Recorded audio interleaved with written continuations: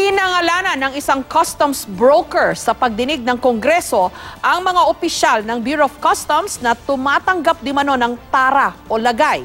Pinaghahati-hatian daw ito tuwing alas 3 ng hapon sa customs sa tinagurian nilang 3 o'clock habit. Itinanggi naman ng ilan sa mga inakusahan ang bintang sa kanila. Samantala, dumalo rin sa pagdinig ang ilang basketballista na nagpaliwanag tungkol sa kanilang tungkulin sa customs. May report si Trisha Zafra. Sa pagpapatuloy ng pagdinig ng House Committee on Dangerous Drugs, idinetalya ni Customs Broker Mark Taguba kung kani-kanino napupunta ang nasa 27,000 pesos na tara kada shipment. Pinaghahati-hatian daw ito tuwing alas 3 ng hapon sa Customs sa tinaguriang 3 o'clock habit. Sa listahan ni Taguba, pinangalanan ang mga inaabutan umano ng tara sa ilang opisina ng Customs. Pero bukod sa mga nakalista, idinawit din ni Taguba ang hepe ng ilang opisina sa Customs. Teddy Rabal. Attorney Maronilla. Attorney Maronilla. Susunod. Director Estrella. Director Estrella. Susunod. Teddy Sagaral. Saan siya? Wala siya rito? Ayun. Okay. Major Gutierrez. Saan siya? Major Gutierrez? Your Honor, ano na siya? Wala siya. Hindi, namatay na po siya. Namatay siya. Sinong susunod? Maestre Campo po. Maestro Campo, you are referring to Mr. Milo Maestro Campo.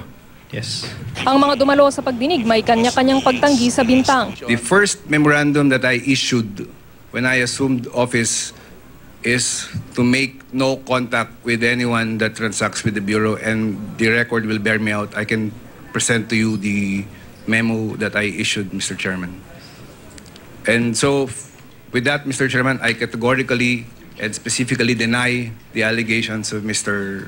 Mark Taguba. I have not or do not authorize anyone to collect anything for the office of the district collector. Kung kami po ay tumanggap ng pera sa kanya, bakit pa po namin hinuli itong shipment na to? Mahigpit ko ang pinapasinungalingan yung akusasyon sa amin. Ang masakit dito kung ginamit lang yung pangalan o di sira na rin equally. You can ask about my reputation, Your Honor, in the Bureau of Customs. I've only been there 1 year.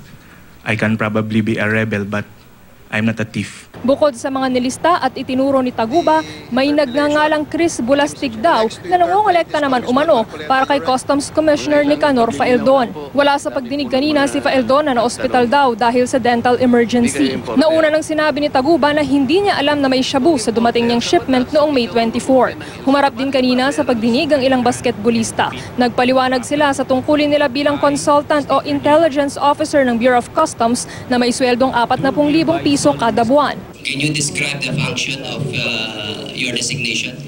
More on public engagement po at tinatasan po ako ni Commissioner to disseminate and engage in public on image building ng Bureau. So sa testimony ni Kenneth, parang wala pa po yatang anything that is related to intelligence, tama? Sir, nasa under training po kami ngayon po sa intelligence po. So have you provided any intelligence information to the office so far? Sir, wala pa po, sir. So, sir, matid lang po kami mga seminars pa lang po. Aminado ang Chief of Staff ni Faeldon na hindi nirenew ang kontrata ng mga atleta pero sumisweldo pa rin sila. Pwede rin daw makasuhan ng malversation ang mga atleta. Trisha Zafra, GMA News.